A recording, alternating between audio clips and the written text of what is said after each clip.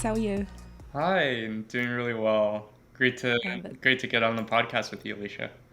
I'm so excited to talk to you because we're in Kernel together, and when I saw your intro in the kind of community Slack and kind of your interest in like TikTok and the creator economy, I was really excited because earlier, oh my gosh, it's June. Is it June? Yeah. Oh my goodness.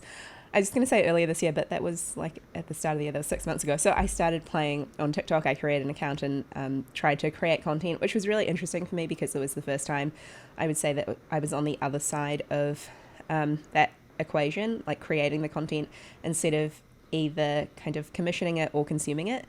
But it was so much fun for me. So I would love to just like kind of get your take on the creator economy from someone who has like a really deep understanding of it and what excites you about it. Yeah, absolutely. I think I really grew up on the internet, I would say. Like that's when I was young, I remember just using the computer and um using it to create. And like I started out like just creating websites, creating like games, like learning programming early on. And I think it just really opened up my desire to sort of like invent new things and create new things. And when just sort of like social media came around, I just really followed like a lot of the early forums and just seeing like the growth of like I played a lot of video games, and a lot of it as I grew up started like to go into the realm of like social media and just sort of witnessing like the growth of social media. And I think like I'm the generation that sort of has seen both like what was life like without like mass social media, Facebook, and what was life after it. So I'm like Gen Z, going to be turning like 25 soon, so just on that cusp. Yeah. And one of the things I was just witnessing was all these people just gaining like massive amounts of audiences because they were willing to just go out and create for a large amount of group of people. And another thing I noticed was a lot of people also like burning out too. So I was seeing like cycles of people essentially coming in, creating content, and then burning out because it's really hard to keep up with like the speed of technology, the speed of social media. Yes. And so really like my perspective of like like Web 2 platforms like Facebook, TikTok, Instagram is that they're really fast platforms. And to keep up with the speed of the platforms is not really a sustainable task. Like you have some Right. really like top creators who pretty much have entire content teams behind them, like editors, like people who shoot video. And then you have like the regular creator, like a single person who's sort of trying to keep up and like post content every single day perhaps, or like every single week, and like just having to do it all on their own. um, One of the benefits is that you can get scale really quickly through a platform like TikTok and through a platform like Instagram Reels or even Facebook videos. And I think like those platforms are at the moment the ones that can like grow the quickest, right? Are the ones that can actually get you to like an exponential scale of growth. But then after, what do you do afterwards? What do you do when you get the audience? And then how do you then monetize? And how do you create like a sustainable business? And that's something I've been thinking about as I've personally started to move into the realm of like content creation, and definitely having followed and like been involved in like the crypto industry for the last like since 2017.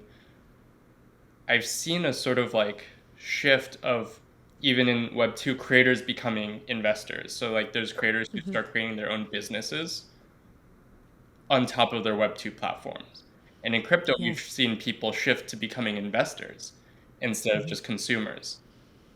And so really like what I see the shift happening is both the merge of like Web 2 and Web 3, where in Web 2 you can get exponential scale of like an audience, and in Web 3 you can actually build a community and you can build essentially investable assets that can also then benefit both like your audience and the creator themselves.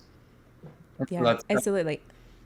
I was just going to say that there are a couple of things I want to double click on there, but uh, I think that Web 2 for scale and then kind of Web 3 for building that community and assets is I think so needed because you see creator burnout. It's so real on every single platform.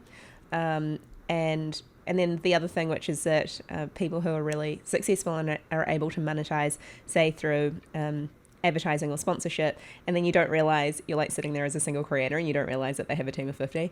Um, but something I just wanted to maybe get your thoughts on is when you just mentioned all those platforms where it's really possible to blow up overnight, right? Like you post a video on TikTok or a Facebook video or an Instagram reel, and you can, wake up the next day with 100,000 or a million plays, which is kind of nuts.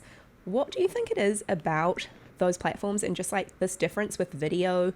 Like, what is happening in our kind of communal psyche that we are really responding to this and it really resonates with us right now? Yeah, I've definitely been thinking a lot about that, which is like we definitely respond to like human emotion. Mm-hmm. And I think what like video captures is this like visual. So one thing is that like all of our attention has moved to the visual platform. And so Mm-hmm. especially during like COVID, during the pandemic, like we've been at home and we've been really lacking like any new novelty. Because normally we would go out and go travel and like go meet our friends at a party or something like that. And I think with the pandemic, it really shifted our attention to like being inside and then like on our Mm-hmm. phones all the time. And Yeah. so a lot of people are just spending a lot of time on their phones, like wanting connection. And Mm-hmm. I think one of the things that like the videos sort of facilitate is sort of is the feeling of that connection in a sense, right? It's like you watch the video and you respond with like the emotions, whether it's like a cute cat video or like Yeah. funny video, like you're gonna laugh and you respond to that emotion. And it's like Web2 platforms kind of our like capture that desire and also like Mm-hmm. have designed for that desire to keep people on those platforms.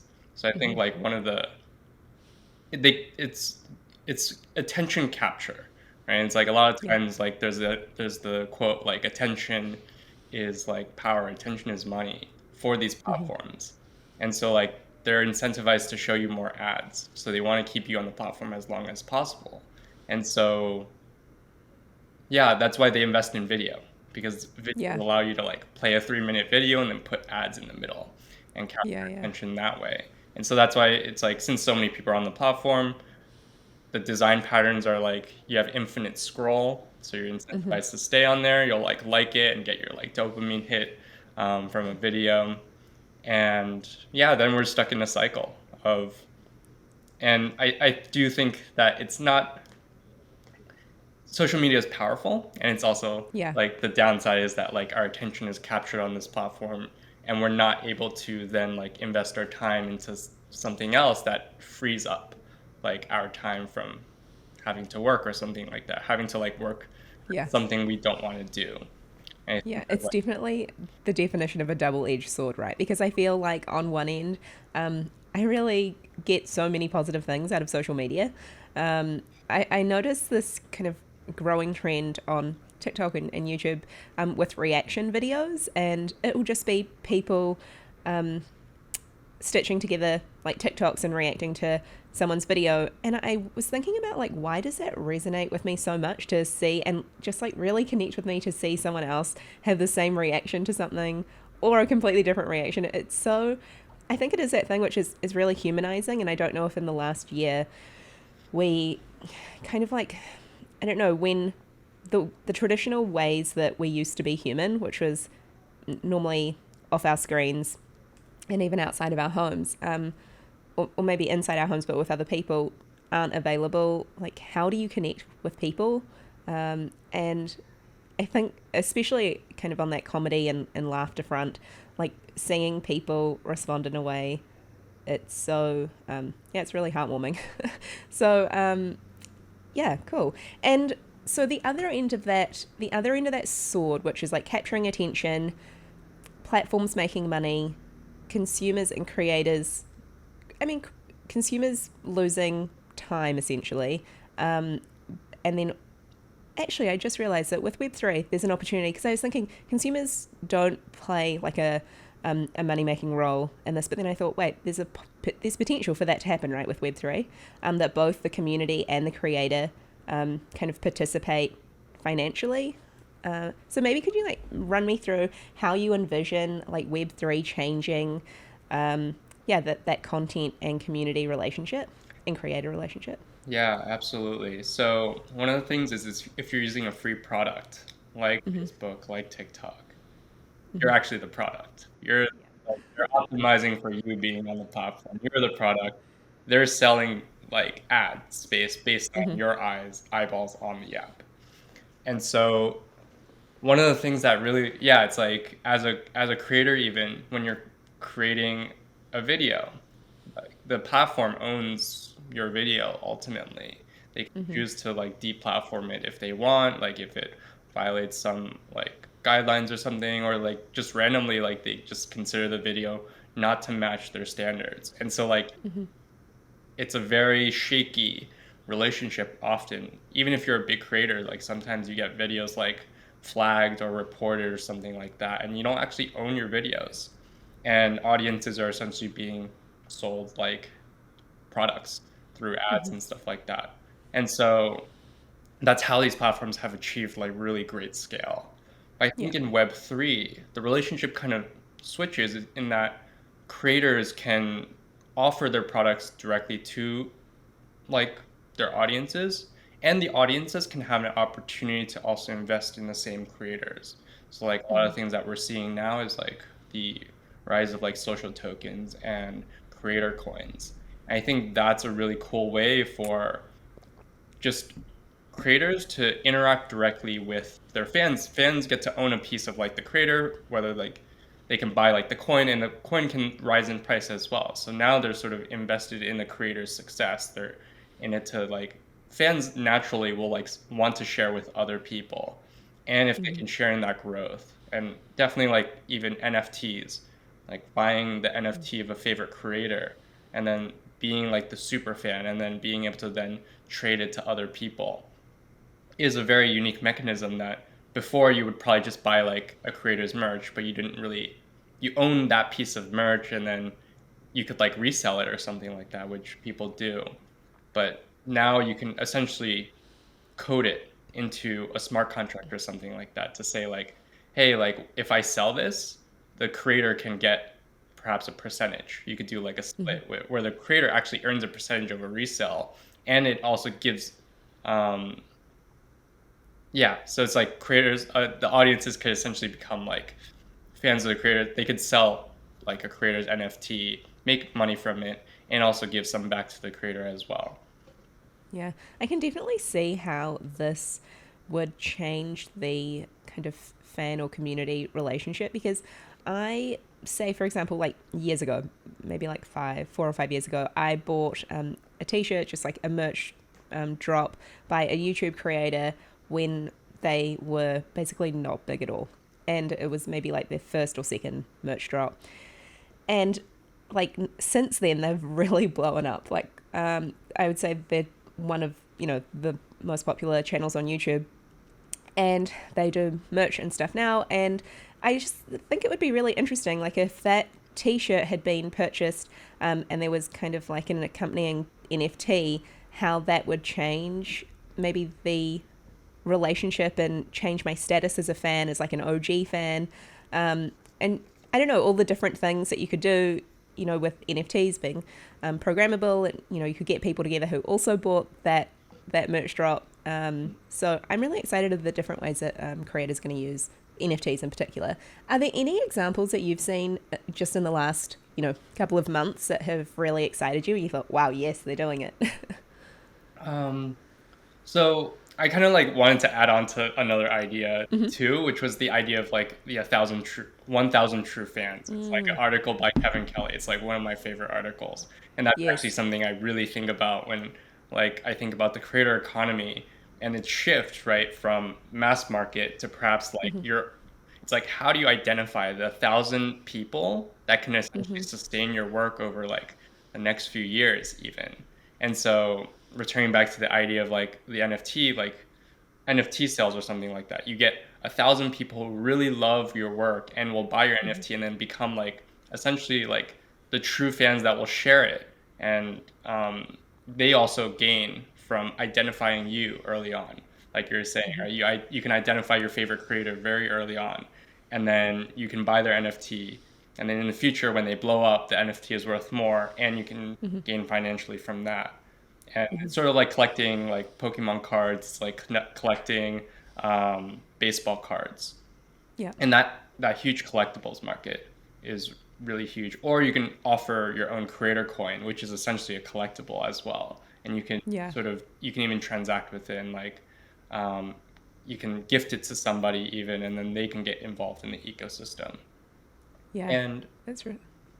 I really like that 1,000 true fans idea. I think it's kind of like the foundation for the modern creator economy, right? Yeah. so, favorite creators in recent time? Are you talking about like ones that have gotten into crypto, or like just in general, like my favorite?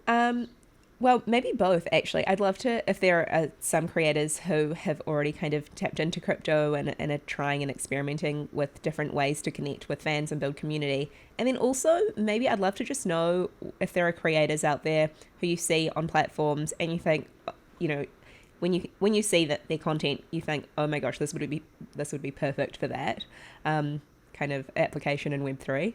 So yeah. Hmm. Let's see. So something I've noticed about myself is like I like watch content that I eventually like want to create as well. So like the type of content creators I watch aren't necessarily like in crypto. And I think that's for a good reason too. It's like I don't want to just create crypto content. I want to like live my life and like go out traveling or something like that. So I watch a lot of like travel influencers, or like personally I'm like really into like the productivity niche. So I like watch like Ali Abdal. He's one of my favorite creators. He's gotten really big in recent times. Like Yeah. he has like over 1 million subscribers now, I think, a lot more. There's also like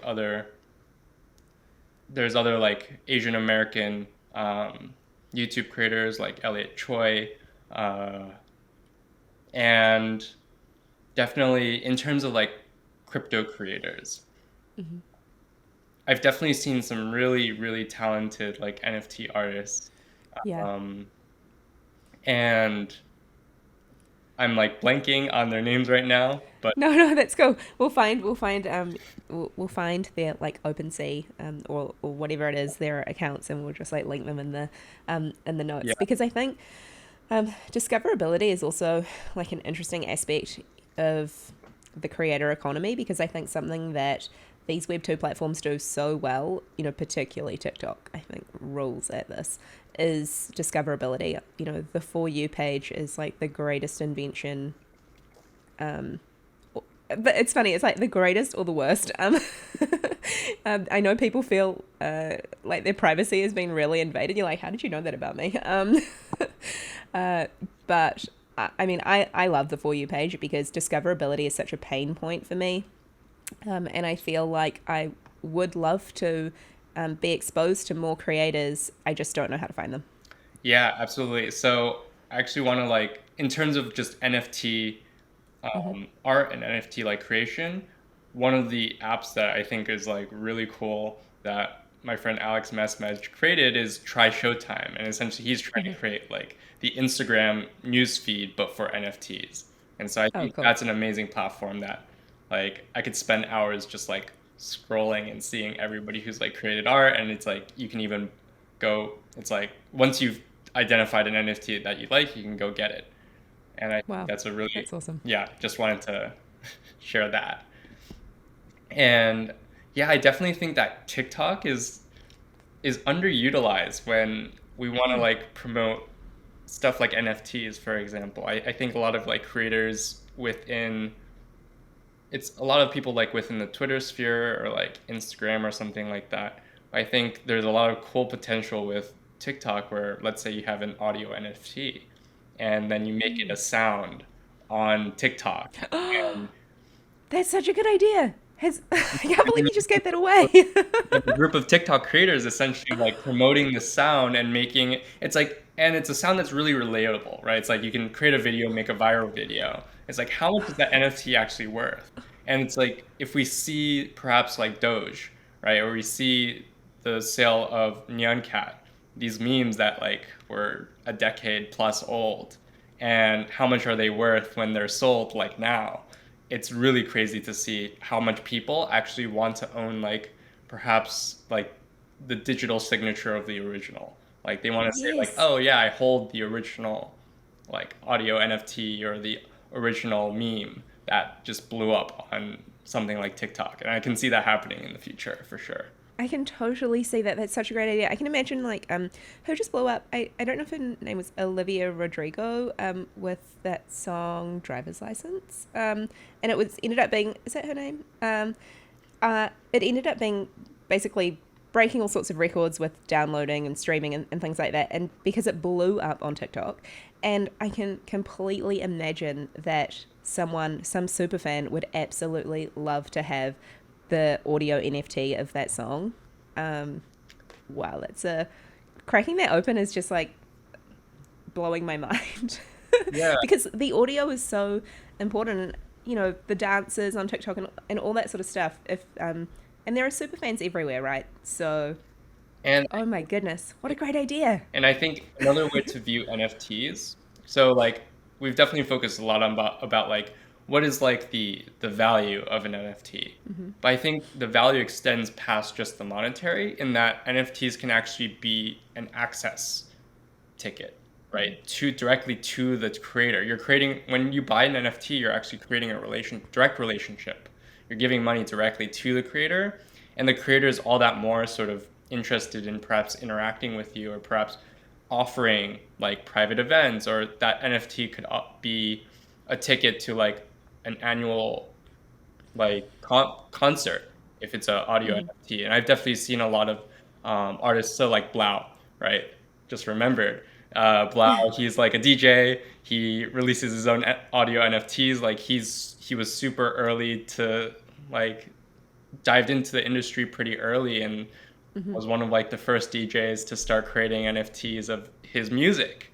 And like buying his audio NFT gives you direct access to Blau, and definitely buying like I remember a story of someone like buying an audio NFT of one DJ, and then they got that DJ's phone number, and then for a friend's birthday he was like, hey, like we're having a birthday party, would you be down to come and hang out and perhaps play some music? And then the guy ended up playing like a 3 or 4 hour set to like a group of like people who really loved his music, and like Yeah. the DJ really enjoyed being there, and also like everybody else like was pumped that they had a DJ at their birthday party. And I think it was probably like during Miami Bitcoin Miami. Oh, right, right, right.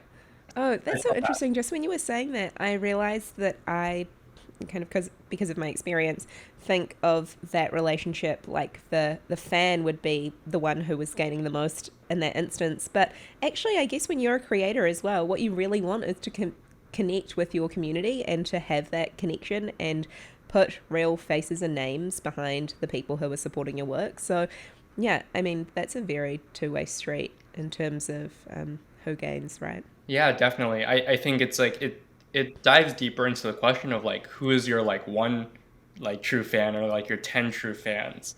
Ultimately, it's like it's enjoyable to spend time with people who like can engage with you on your work past the point of like it's like people are willing to spend a lot of money in order to just have a chance to interact with you. But if like you can create a great experience, right?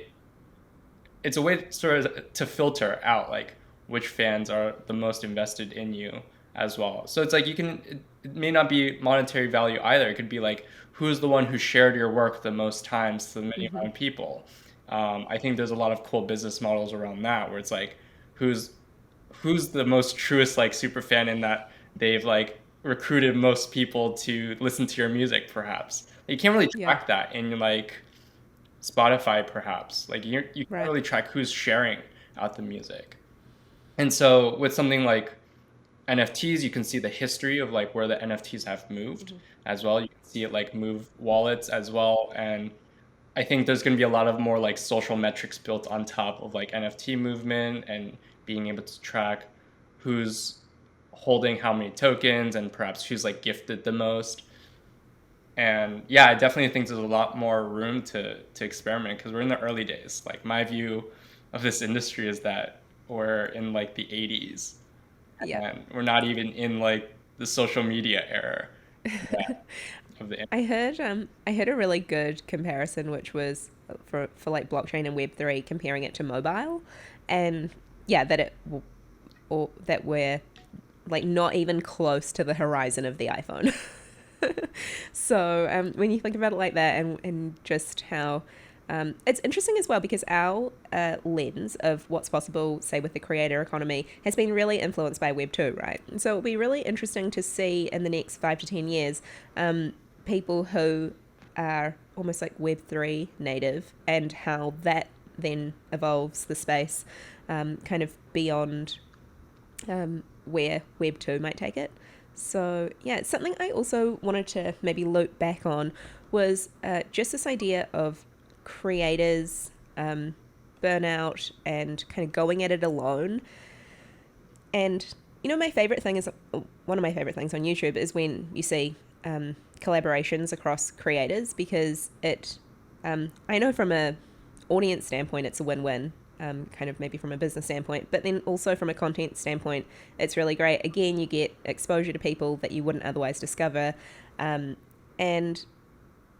what needs to change in terms of creators having this mindset where they have to go at it alone, and there's a way for creators to kind of do it together in some form that there's like no comparable structure at the moment because you know you're either like in a company or you're by yourself. You're an individual. You're an independent. And so, is there like an in between that you've been thinking about? Yeah, definitely. I think that there's new tools being built in Web 2 at least, like stuff like Mm-hmm. Stir, where creators are able to essentially Mm, like manage splits more easily and like perhaps if they're collaborating on YouTube channel, like split profits between like the video editor and like the person who's filming and other stuff like that. And so I do see like Web 2 moving more towards collaboration, but I think like Web 3 sort of makes that built in. It's like built yes. into the ethos of crypto in that there's one idea is like the NFT splits, like making it Mm-hmm. really easy to create splits of NFTs and to then also attribute specific splits to creators who maybe influenced you, but you don't really have direct contact with. And if the NFT makes sales, the creator who you were inspired by can then claim it, and now you've developed a direct relationship with even the creators that inspired you.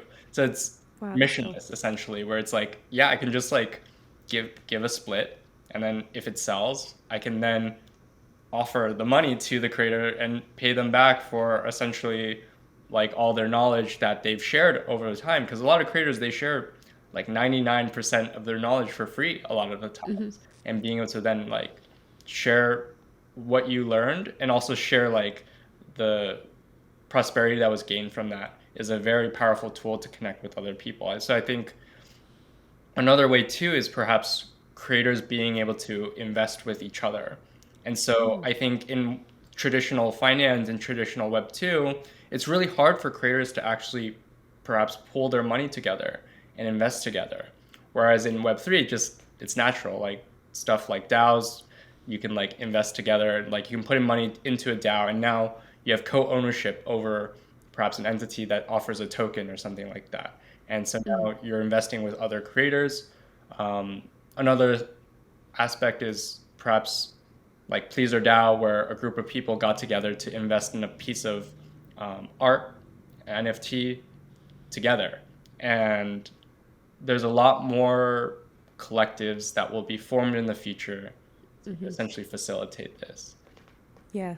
The bar seems to have like completely dropped with DAOs in terms of just getting together a group to participate in financial transactions where otherwise you really have like no route to do that without huge compliance and administration costs. Yeah, Um, I think the limitations really, right, in the mm-hmm. fact that the legal system is Mm. not very accessible to most people in general. Like Mm-hmm. most people don't understand like their own like they don't understand financial literacy, because at least in the United States, and I'm sure in a lot of other places, it's not taught.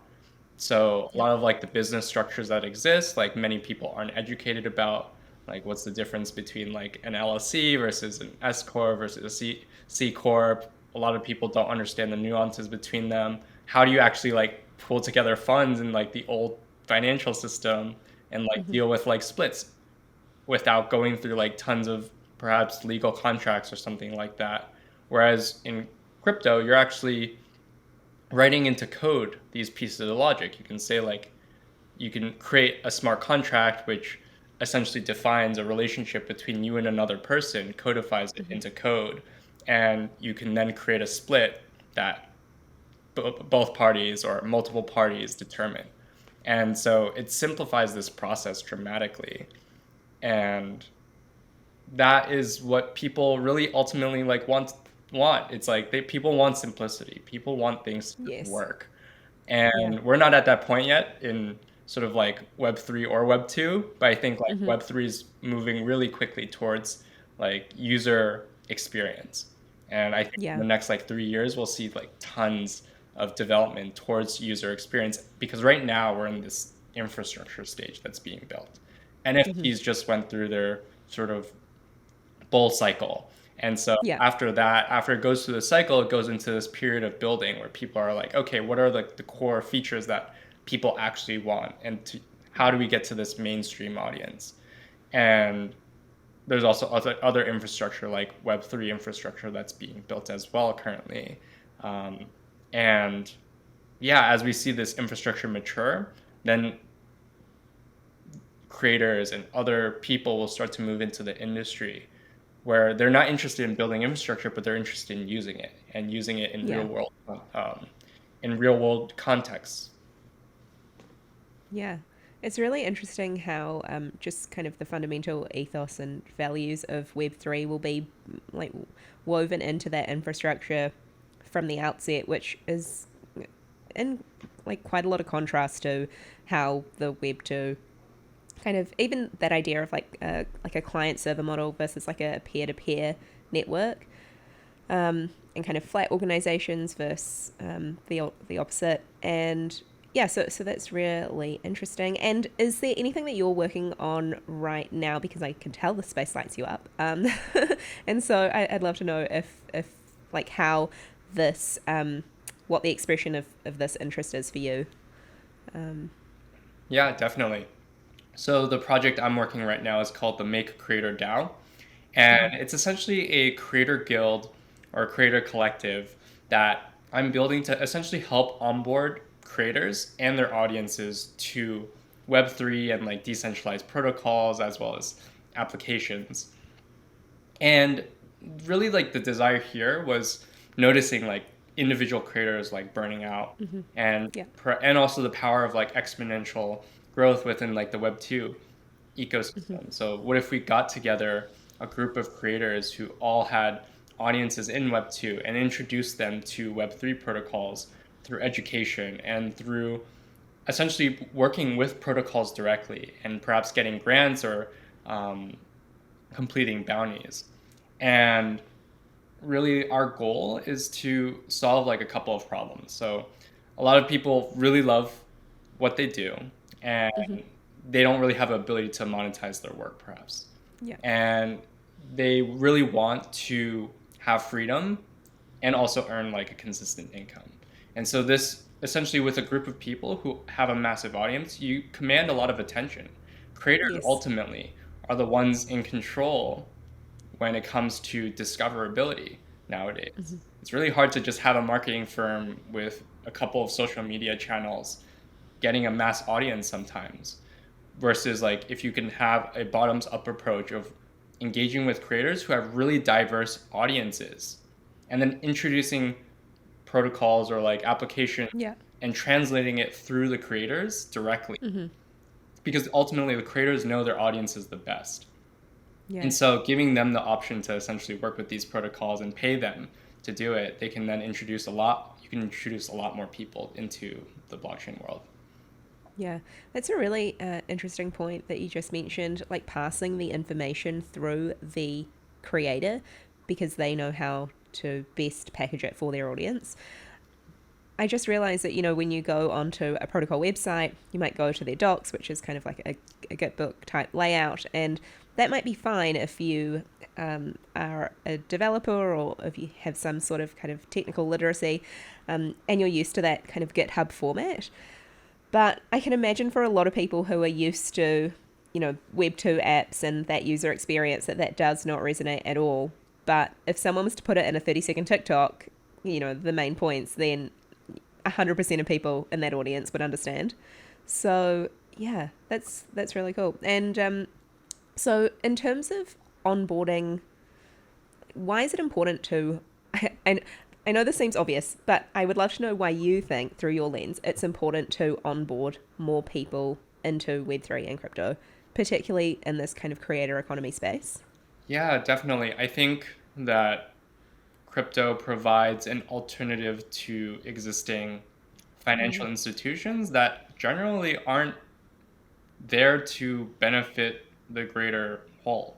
So banks, right? It's like you deposit your money in the bank and they perhaps give you like a 0.25% interest on your savings. And then you go into crypto and then you see that you can get 8%, 10% every single year on your money. Yeah. Once you like have experience, so one of the things I think about is like you have to kind of you have to experience crypto in order to understand it. If you don't own any crypto, no matter what you read, you're never going to get it. Like it's really hard to, it's very participatory in this economy, and it's actually giving the responsibility back to the individual to understand what is money, like what is it doing for them as well. And also right now we're not at a point where regular people can just come on and like log into their account and like easily deposit money into one of these 8 to 10% accounts. It requires a bit of like know-how, and like it requires a bit of expertise.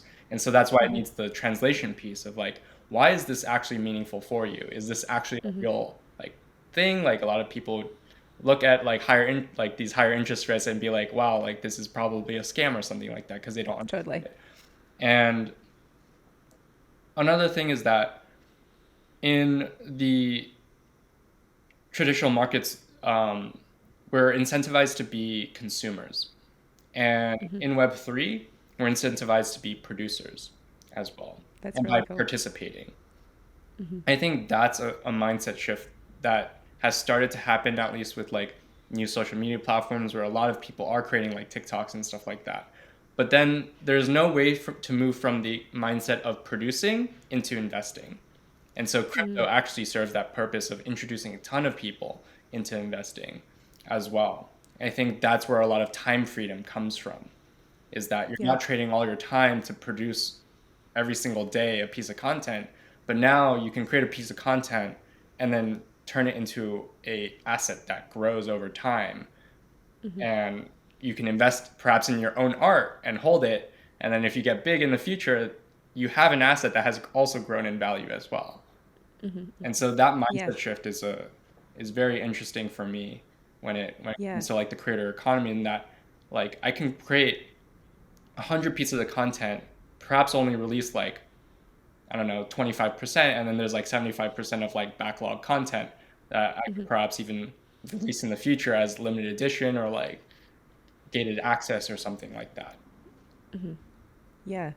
Um, that is really cool. I was just going to say that idea that everyone kind of becomes a producer or an investor in the Web3 space is really interesting to me, and it's definitely a shift that I feel personally, having gone from never being a creator. I think I said to someone in the last episode, like I didn't use my Twitter for 10 years. Like I didn't tweet for 10 years, and then I got into crypto and Web3 and I started tweeting. So it's definitely amazing how it inspires a shift. I'm also, just as a side thought, I wonder how much content there is to be shared from people who have never felt the need to or want to express themselves before, and how much richer that just kind of makes the human experience. Oh, also something that you just mentioned. So this idea that we're kind of financializing everything. And I know in the physical world at the moment, when you think of finance, you think of a bank. And I feel like one of the most powerful memes is that like Bitcoin because fuck banks. I totally get that. And but in Web3 and crypto, I think, at least in part of it, it feels like this idea of financializing everything isn't it doesn't come from a place of like greed and like based in extracting the most amount of value and kind of like hyper capitalism. It comes from this idea that we should kind of have ownership and take responsibility and like have some level of sovereignty over our financial assets, and the fact, I guess, just acknowledging that money comes into and kind of finance and your assets and your wealth really colors a lot of your life experience, and just acknowledging that and then kind of moving forward with an intention that I guess is like more pure than what we see with finance in Web 2. So yeah, any thoughts on just this idea of finance everywhere in crypto? Yeah, absolutely. I think sovereignty is a very Mm-hmm, important value for me, in that owning our own, it's like owning, having the access to our own wealth is very mm-hmm, important. And it really is a challenge when like perhaps financial institutions prevent our access to financial wealth, to our own wealth, like stuff like money that we have earned. And perhaps I've definitely experienced like banks taking a long time to perhaps like banks close, and like mm-hmm, sometimes can't access your money during during certain mm-hmm, days, or mm-hmm, um, there is a transaction that you want to make, but then a bank flags you and prevents you from moving your money out of your own like bank account. And yes, it's kind of this is so many things for me. yeah. I have like just like how banks like a Monday to Friday, even like online. I went to make a transaction at like 11 p.m. and it was like, sorry, you can only make transactions until 10 p.m. And I was thinking, aren't we on the internet here? How is this a thing? And it's like, what is the alternative?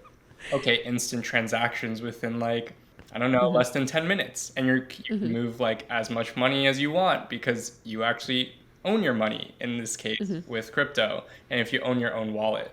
And mm-hmm, another aspect would be perhaps being able to, so one of the things I think is really holding people back is like even credit cards, right? A lot of like credit card debt is predatory by a lot of the, like they incentivize you to purchase things with credit, and they have really high interest rates, and you're essentially paying off the debt in a endless cycle.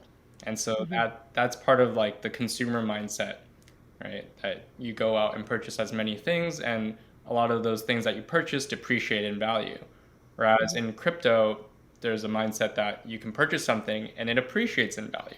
It's like, what a mm-hmm. concept, right? It's like something you can Yeah. buy can like increase in value, and like in the future it could be worth a lot more and bring you a lot more time freedom, bring you a lot Mm-hmm, more freedom to go afford a meal and like go afford a house even.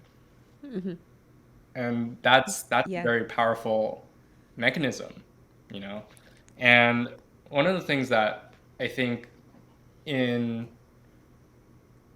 in crypto too is that the ability to turn what you create Mm-hmm, into something that you can actually earn all the value, or you can capture the value of what you create. And mm-hmm, so a lot of times like artists on a certain platform, when you create a video, the platform captures all the value. Why is like Facebook and YouTube worth billions of dollars? Is because they've mm-hmm, captured the value created by all these creators, and then they're mm-hmm, able to sell ads on top of them essentially.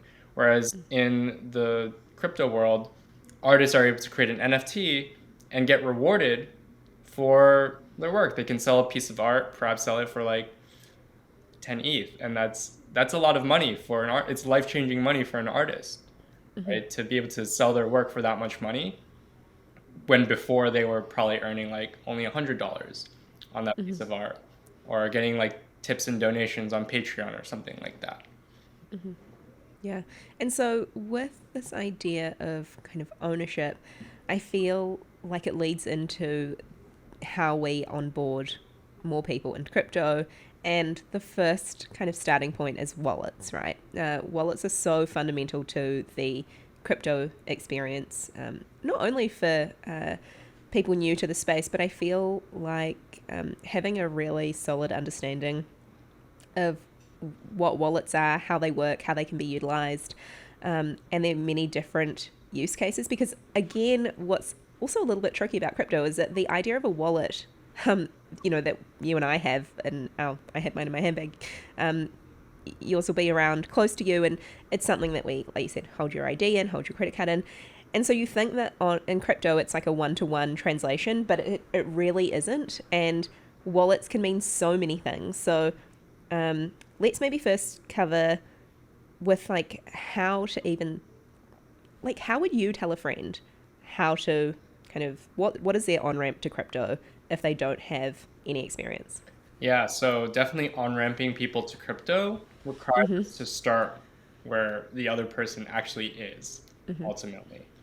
And so that's what I kind of see in this like Web3 space. Even like the term Web3 is kind of nebulous. It doesn't really mean Totally. anything to like anybody else outside of the industry or even like Yes. crypto in general. Like maybe crypto you associate with Doge and Bitcoin. Yeah. And that's probably it.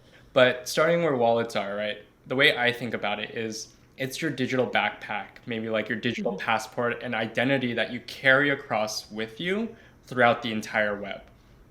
And this is a very valuable piece because you're not really associating it with cryptocurrencies to begin with. So like people don't automatically glaze over. And if people have perhaps like played video games like Minecraft, it's like, oh, it's an inventory or something like that. Or it's your backpack. I carry around like my laptop, like the things I do work with, carry around a camera, things I produce with. And then you can start to move them into the concept of perhaps collectibles, right? People understand collectibles. Like I collect Pokemon cards or I collect baseball cards. So NFTs are your collectibles and items that you put into your digital backpack and inventory. And this is an identity that you can carry around with you across every single app. So imagine if you had a single login for every single app that you use, and you can just do a one click and sign in to every single app that you use with your digital backpack. That's what a wallet is ultimately in crypto. And I think that's a very powerful thing. It's like, how many logins do I have for like all these different accounts? And when I started using crypto, just signing in with my MetaMask is like magic. Like you just click connect wallet. I totally agree. You're signed into your app. Like that is something that already should be built into the internet and yet isn't. And crypto provides a much better user experience ultimately. And you have to experience it, right? So that's why it's so important to like start where people are. It's like maybe offering somebody a free NFT, perhaps join a community as their avatar, and then they can claim that NFT for free with their digital wallet in some way, perhaps with some scaling solution or something like that, some side chain, and just getting people used to the idea of like holding their backpack as their digital identity.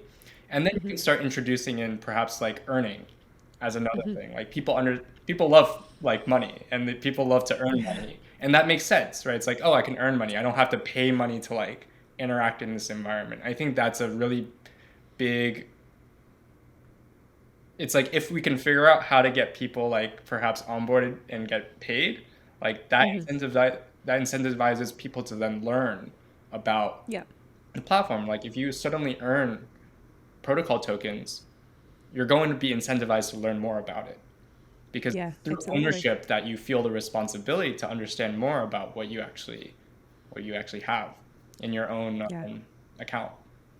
Yeah. I love this idea of NFTs as an onboarding mechanism because, collectibles are so relatable and there are so many examples in the real world. And I think it makes me think of, I don't know who wrote this blog post, but, this idea that like the next big thing starts like a toy, like it feels like a toy. And I think you can, while you could apply that to the startup tech space, you could probably scale it right down to an individual's experience and, what feels like fun and a toy, often with the way technology goes, just like progresses into opening a lot of doors. And so, I really like that idea of NFTs for onboarding. And Yeah, when you were talking, I just realized that these ideas of ownership, sovereignty, kind of being aware and literate when it comes to finance and wealth creation, I didn't really have these conversations and like really have strong kind of models around these concepts in my mind before coming into crypto. And that is also kind of strikes me as a potential for a huge paradigm shift. Um, that's really exciting. Yeah, I think so. So some of the mechanisms I think are like really unique. Perhaps Mm-hmm. it's like looking to games as like a model for Yes. how to get people very interested into like a new game with its own set of rules and its own set of interactions. I kind of view sort of like even social media. Twitter has its own set of rules, has a set of Mm-hmm. interactions that you can get better at. And in crypto DeFi, like there's also a set of rules that you can learn and get good at and earn money from. And so Mm-hmm. like crypto can have these mechanisms built directly into the applications or perhaps in the communities that are involved with these protocols, perhaps for education as well. So one idea is like NFT skill trees. So like as you Mm. take an action on a protocol, that can award you perhaps a badge, an NFT that carries on your wallet and carries across all your apps. So you can see someone's history of interactions on chain, and you can see like, oh, this person has is very experienced in perhaps the Mm-hmm. DeFi space or the governance space or Mm-hmm. in just sort of stablecoin farming or something like that. Yeah. And I think that's one mechanism. Another mechanism is as proof of work, NFTs as proof of work. So Mm-hmm. somebody can create a piece of content and then get awarded an NFT that represents the challenge that they just undertook or the the bounty that they just got. And so they Mm-hmm. can have that NFT. The money can be spent and used wherever, right? The money they earn, but the NFT is awarded as just sort of the history of the work that you've done. And I think that Yeah. changes our perception. It's like we're not using LinkedIn anymore. We're perhaps using our wallet, and we can see a designer's previous work through the badges that they've earned as NFTs as well. Yeah. I love that idea. I think that it's so easy to game Web2 systems. I don't know if this is speaking more of me than the systems, but what I'm trying to say is I think it's pretty easy to fake it in on these platforms where you just like tick boxes and you write words, but you never really have to show what you've done or back it up with anything that tangible. So I'm really excited about proof of work with NFTs and kind of tying that into identity. And yeah, I started to kind of participate in things like Rabbit Hole, which kind of helps build. I'm really interested in what they are doing with identity and yeah, just education and things like that. And so yeah, it's really interesting that kind of proof of work. And again, just like finance and kind of just redefining what finance is for a lot of people, I think this idea of work, like what is, and I think creators definitely experience this because work for them doesn't look like traditional 9 to 5 office work, say. And so there's a tendency to not value it as much because a lot of people can't relate to it. They don't have experience in it. And also, it's if you don't have a really good understanding of like marketing, I would say, and how marketing and narratives completely shape a business's or an organization's ability to build an audience and kind of monetize that audience, then it's easy to just say, there's no way she should get paid $5,000 for, one TikTok or $5 million or whatever it is now. I don't know. So how do you think like this idea of work is changing? Yeah, I definitely think that there's going to be a shift to more collaboration, right? With more Mm-hmm. effective splits and accreditation of work, you can potentially have a lot more people work together and reduce the Mm-hmm. amount of time it takes to perhaps in terms of content creation, right? You can have a lot of people come together and reduce the time it takes to create one piece of content. But they can also release that piece of content to much more people. So like you have 10 creators who all have an audience of like 1 million people. That's 10 million people you can reach out to with just one piece of content created among that group of people. And so Yeah. we'll see a lot more like network effects, like when it comes to the idea of work. Like we actually don't need to spend so much time on our own, spending like 12-hour days trying to create content. You can work together with 10 other people, reduce the amount of work you do by half or even by a quarter or even less. And on TikTok, you can create like really quick pieces of content as well too. So it's even quicker, and you have a group of people who can provide feedback. And also that same group of people can benefit collectively as well, because perhaps like the DAO they've created has a token that they're all invested in, and they all own a part of like equity, right, in the DAO that they've created. And I think that changes the game, really. Yeah. You'll see a lot more like there's an article about like creating squads, right? It's like you'll see a lot Oh, of yes, people I've seen create, this. Is this the other internet article? yes, the other internet article. And that idea of squads is just, it's so prehistoric. Yeah. Like this is something that has existed for just since humans have been around, right? It's like humans learned early on that you have to be in a community and a group of people in order to thrive. And that we're actually we're created for each other. And that's something that I heard last weekend, the past weekend, is that like we're actually created for each other. Like we're here interacting with each other, we're on a podcast. Like it wouldn't be possible. You can't do a podcast really on your own. You could, but you can't really create like a two-person podcast on your own. Yeah. It takes two people to have this conversation, and it takes a group of people to essentially create like stable prosperity too. Like we're really interdependent on our communities. Like our family is one example, right? And then one thing that I think we're returning back to is this idea of just communities coming together and creating collective prosperity and wealth with each other.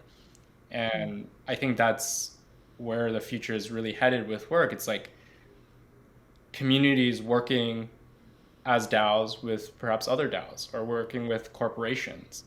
And these entities then build wealth collectively and are then able to invest in assets that grow in wealth, like NFTs, or even in protocols, doing like early investments in the opportunities that they have identified.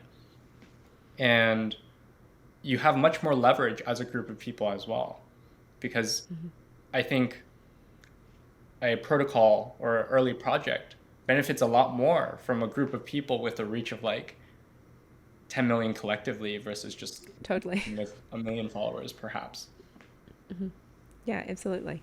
That's I love this theme of what is old is becoming new, and kind of like how we were programmed and what we have forgotten is kind of becoming more apparent again, I guess, through unlearning and these shifts in, I guess, like understanding. It really feels like this pulling back of the veil, which is that we were all just kind of out existing with no real context for what was going on, and now we get to see all of the infrastructure behind kind of the stage. And yeah, I think that's really liberating. I think it's an opportunity.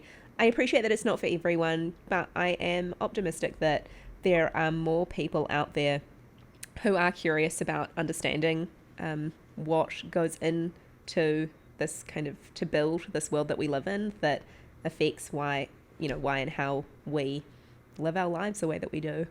Yeah. Yeah, and I just want to add to that, being that that's why it's so important to include as many people as possible into cryptos, because it's like we're essentially rebuilding a lot of these institutions from the ground up, and it requires a diverse set of perspectives. And like that's why I really care about onboarding like new people into this space, is because the more perspectives there are, the more likely we're able to create fairer systems that include everybody. And crypto is about putting your values where your money is ultimately. Yeah. And if you're investing in a protocol, you're investing in a perspective. You're investing into somebody's view of how the world is going to work. And I definitely think that the oncoming billion people that are going to join the space are going to be extremely different from the people that are currently in this industry.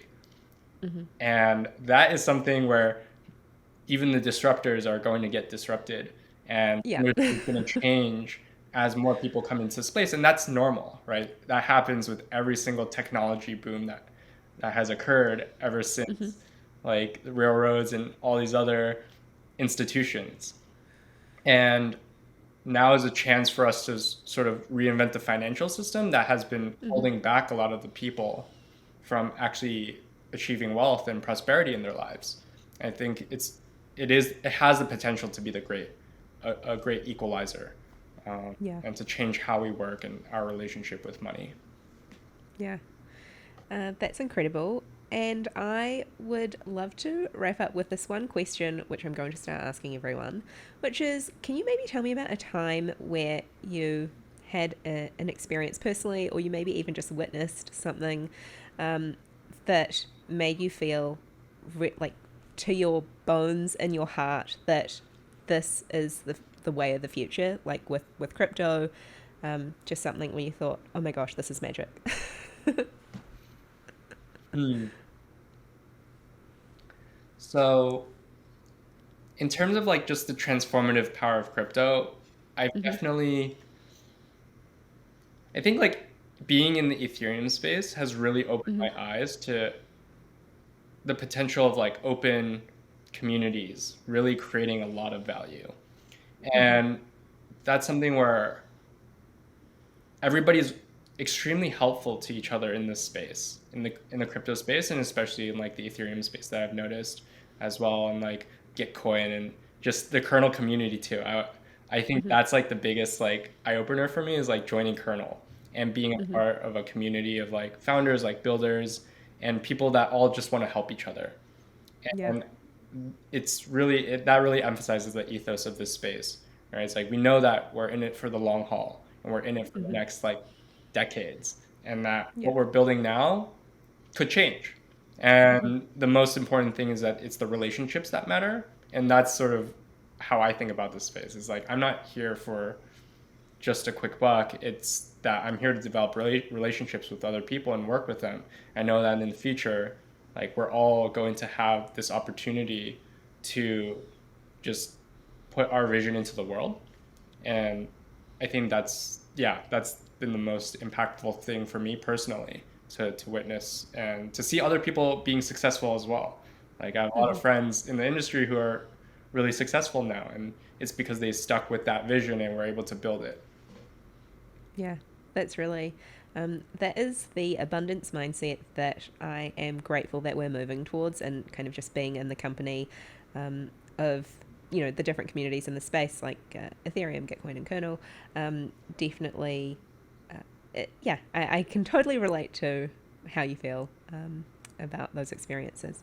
So thank you so much, Alex, for talking to me today. I had so much fun, and I'm looking forward to just kind of keeping up with how you see the creator space evolving, and what you do in the space. Great. Thank you so much, Alicia.